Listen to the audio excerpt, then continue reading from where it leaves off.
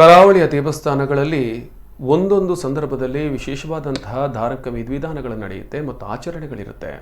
ಇದರಲ್ಲಿ ಕಾಪು ವೆಂಕಟರಮಣ ದೇವಸ್ಥಾನದಲ್ಲಿ ನಡೆಯುವಂತಹ ಮೃಗಬೇಟೆಯು ಒಂದು. ಕಾಪು ವೆಂಕಟರಮಣ ದೇವಳದಲ್ಲಿ ಮೃಗಬೇಟೆ ಉತ್ಸವ ನೆರವೇರಿತು.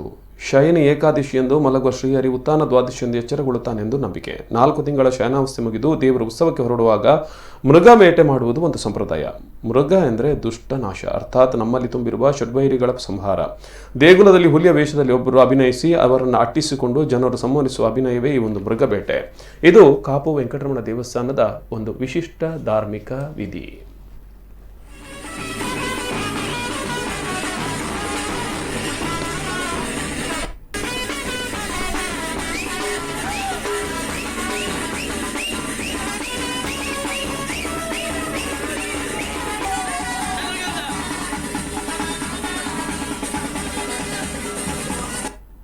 ಉತ್ಥಾನದ ಸೇವೆ ಯೋಗದಿಂದ ಎದ್ದ ಕೂಡಲೇ ದೇವರು ದೀಪೋತ್ಸವಕ್ಕೆ ಹೊರಡುವಾಗ ಅದಕ್ಕಿಂತ ಮುಂಚೆ ದುಷ್ಟ ಶಕ್ತಿಗಳ ನಿಗ್ರಹಕ್ಕೋಸ್ಕರ ದುಷ್ಟ ಪರಿಪಾಲನೆಗೋಸ್ಕರ ಮೃಗಯಾತ್ರೆ ಮಾಡುವಂಥದ್ದು ಪೂರ್ವದಿಂದ ಆಗುವಂಥ ಪದ್ಧತಿ. ದುಷ್ಟ ಮೃಗ ಅಂದರೆ ನಮ್ಮ ದೇಹದಲ್ಲೇ ಇರುವಂಥದ್ದು ಷಡ್ವೈರಿಗಳು, ಅದು ನಾಶ ಮಾಡುವುದು ನಮ್ಮ ಕೆಟ್ಟ ಆಟ.